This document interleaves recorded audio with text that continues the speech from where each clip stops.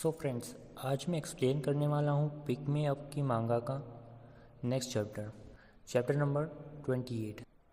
So last chapter में हमने देखा कि हमारी टीम कैसल से बाहर आ चुकी थी और वो गॉब्लिन्स की आर्मी से फाइट कर रही थी, पर अचानक ही गॉब्लिन्स का किंग वहाँ पर आ जाता है। अब आगे गॉब्लिन्स का किंग अपने स्वॉर्ड को ऊपर करते हुए अपनी आर्मी को ऑर्डर देता है हान की टीम पर अटैक करने की। सारे गॉब्लिन्स अपनी स्ट्रेटजी चेंज करके हान की टीम पर अटैक करने के लिए आगे बढ़ते हैं। हान भी चिल्लाता है कि चार्ज करो, मतलब आगे बढ़ो और गॉब्लिन्स को ख़त्म करो। अचानक एक गॉब्लिन अपने भाले से हान पर अटैक करने के लिए आगे बढ़ता है। हान उसे डॉच करते हुए अपनी स्वॉर्ड उसके गले में घुसा देता है और उसे ऊपर उठा देता है। हान सोचता है कि इनका अटैक पैटर्न सडनली चेंज हो गया है, पर ऐसा क्यों हुआ? क्या ये उस किंग की वजह से हुआ है? हम लोग फायर मैजिक का इस्तेमाल कर रहे हैं, पर फिर भी ये गॉब्लिन्स लगातार आगे बढ़ रहे हैं। इन्हें फ़र्क नहीं पड़ता कि फायर इन्हें जला भी सकती है। हाँ, और ऐसे ही सोचते हुए हान फाइट कर रहा होता है और वो गॉब्लिन्स को काट रहा होता है, और हान समझ जाता है कि हाँ, ये उसी किंग की वजह से हुआ है। हान सोचता है कि उस किंग को पता है कि हमारी मैच को मैजिक कास्ट करने के लिए टाइम लगता है, तो इसीलिए वह बिना किसी परवाह के बहुत सारे गॉब्लिन्स को हमारे ऊपर अटैक करने के लिए भेज रहा है। हान सोचता है कि अगर ऐसा ही चलता रहा तो हम आगे बढ़ नहीं पाएंगे। ये अचानक से इंटेलिजेंट भी हो चुके हैं। अभी आरोन और जिना बिल्कुल फ़ाइट के लिए ठीक लग रहे हैं, पर मुझे नहीं लगता कि कब तक वो इस फाइट को कंटिन्यू कर पाएंगे।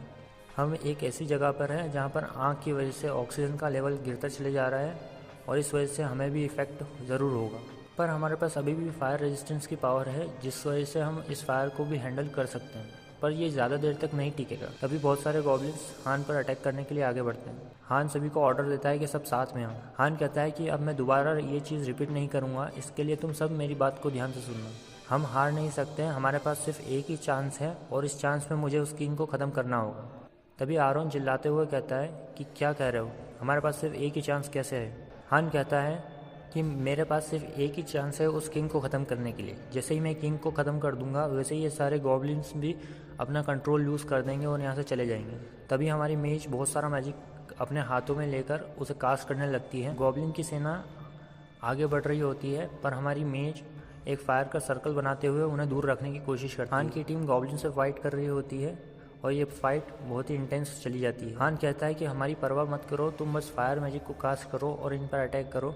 फायर रेजिस्टेंस की वजह से हमें कुछ नहीं होने वाला। हो सकता है कि एक बार मैजिक करने से कुछ ना हो, लेकिन अगर हम 2-3 बार ये करेंगे तब ज़रूर गॉब्लिन्स पर कुछ ना कुछ तो इफेक्ट उसका ज़रूर होगा। तभी हान गाली देते हुए कहता है कि अभी हमने हार नहीं मानी है, हम ज़रूर जीतेंगे। तभी मैच अपना स्पेशल अटैक करती है और गॉब्लिन्स जलने लगते हैं। यहाँ पर जीना और आरोन का सीन दिखाया जाता है, जो कि दोनों फाइट कर रहे होते हैं उस आग की लपटों में भी। जीना अपने एरोज से बहुत सारे गॉब्लिन्स को मार देती है।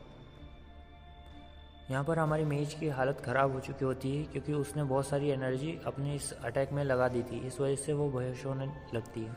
तभी आरोन उस मेज को अपने हाथों में उठा लेता है और कहता है कि ज़्यादा बात मत करो।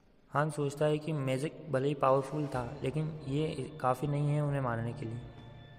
अगर ऐसा ही चलता रहा तो हमें मौका नहीं मिलेगा कि हम हमारी स्ट्रेटजी बना पाएँ, क्योंकि गॉब्लिन्स हमारे ऊपर कंटिन्यू अटैक कर रहे हैं। पर इसके अलावा गॉब्लिन्स का गोल हम नहीं है, उन्हें बस फॉरेस्ट चाहिए और फॉरेस्ट में जाना चाहते हैं।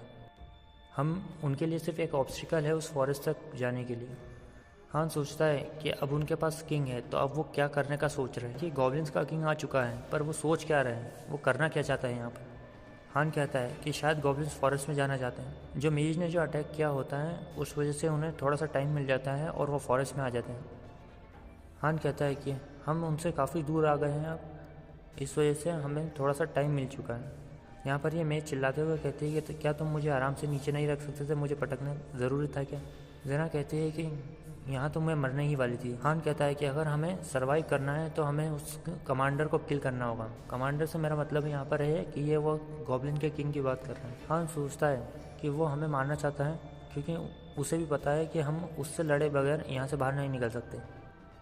हान जल्दी से हीलिंग पोर्शन निकाल के अपने वूंड्स पर लगाने लगता है और सभी को बोलता है कि ज़्यादा नाटक मत करो और चुपचाप इसे थोड़ा सा अपने वूंड्स पर लगा लो, ताकि तुम थोड़ा हील हो जाओ और तुम्हारी एनर्जी वापस आ जाए थोड़ी। तभी जीना कंप्लेन करते हुए कहती है कि ये बहुत कड़वा है। यहाँ पर फाइट फिर से स्टार्ट हो जाती है और जीना अपने एरोस से गॉब्लिन्स पर अटैक करने लगती है। यहाँ पर हान एक प्रीस्ट के पास रह जाता है, जो कि उसे जीना ने ही बताया होता है कि 10th लेवल पर जब वो यहाँ पर आई थी तब उसने यहाँ पर वॉरियर्स की आवाज़ सुनी थी और हॉर्सेस की भी आवाज़ सुनी थी। तो हान रीइंफोर्समेंट के तौर पर उन वॉरियर्स को कैसल में लेकर जाना जाता है। यही उसका मेन प्लान होता है। तभी गॉब्लिन्स की पूरी सेना उनकी टीम पर अटैक करने के लिए आगे बढ़ती है। हान जोर से चिल्लाते हुए कहता है कि वो हमें ब्रेक नहीं देने वाले, तो हमें जल्दी से यहाँ से निकलना होगा और यहाँ से निकलने के लिए हमें इन सब से फाइट करनी होगी। तभी एक बड़ा गॉब्लिन वहाँ पर आ जाता है, उसका लेवल 23 होता है। तभी ये चैप्टर यहाँ पर एंड हो जाता है। अगर आप नेक्स्ट चैप्टर का एक्सप्लेनेशन हिंदी में चाहते हैं तो मुझे कमेंट बॉक्स में ज़रूर बताइए। धन्यवाद।